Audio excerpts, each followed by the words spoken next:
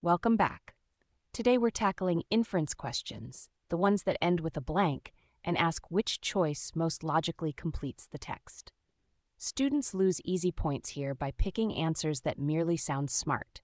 I solve every one of these with the same 3 checks, and today we'll mark up 5 questions together, from easy to brutal. Here's the whole method. Check 1. List the facts the text establishes. Read the passage as evidence.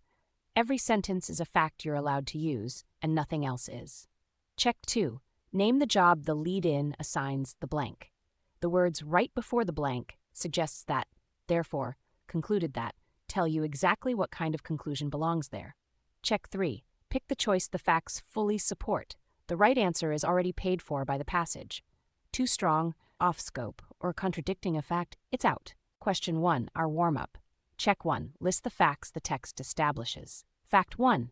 City traffic makes a constant low-frequency rumble. Fact 2. Urban blackbirds sing at higher pitch than forest birds of the same species. Fact 3.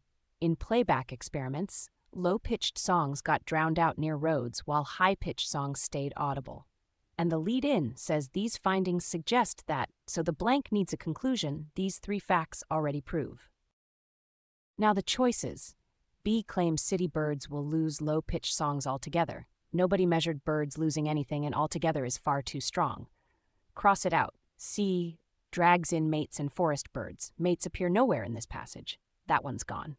D says pitch has little effect on how far songs carry, but the playback test showed exactly the opposite. Strike that too. A says singing higher may help urban birds stay audible over traffic. Every fact points there. No, and may keeps it modest. We keep A.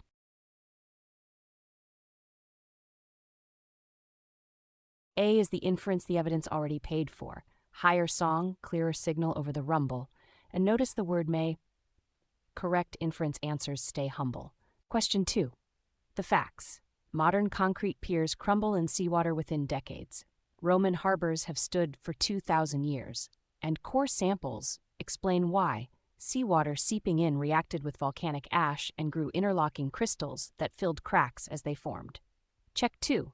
Name the job the lead-in assigns the blank. This finding suggests that, so our conclusion has to be about the finding itself, that crystal mechanism, and nothing grander.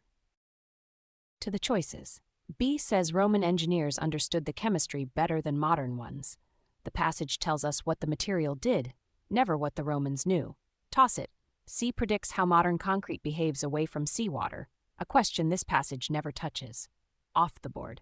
D leaps to most ancient structures being more durable, from evidence about one harbor material.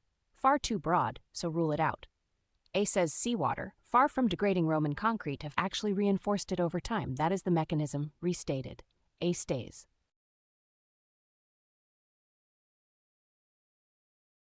A wins because it concludes exactly what the crystal evidence shows. No claims about what anyone knew. No leap beyond this one material. Question 3. Facts first.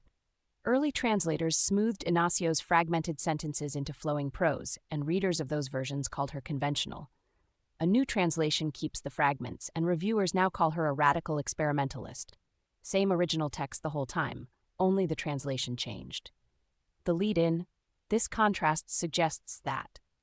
So the blank must say what that flippin' reputation shows. The choices. B says the new translation conveys her meaning more accurately, but the whole passage is about style, rhythm, and fragmentation, not meaning. Scratch that. C says the early translators failed to recognize the fragments.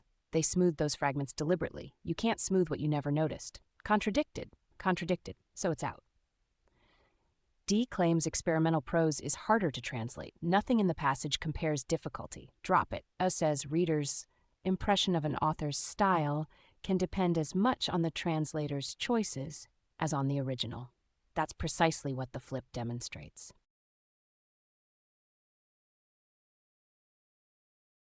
A captures the contrast without taking sides. It doesn't crown either translation. It just states what the 2 receptions prove. Question 4. This is where the traps get expensive. The facts. Early studies found borrowers' average incomes barely rose.